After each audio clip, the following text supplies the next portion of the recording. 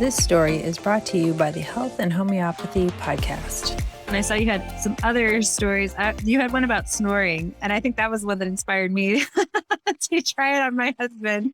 You want to tell us about that one? Well, the Banerji protocol for snoring and sleep apnea is sanguinaria 200 twice a day. My husband really was scaring me. His breathing was not regular when he slept. It was irregular.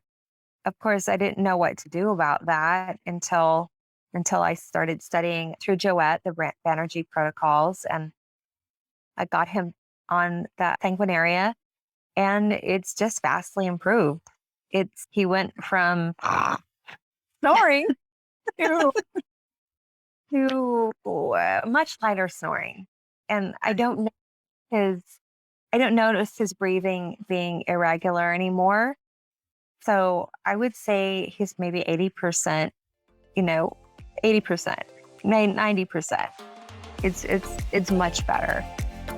Be sure to like and subscribe, and share this story with someone who needs the healing power of homeopathy.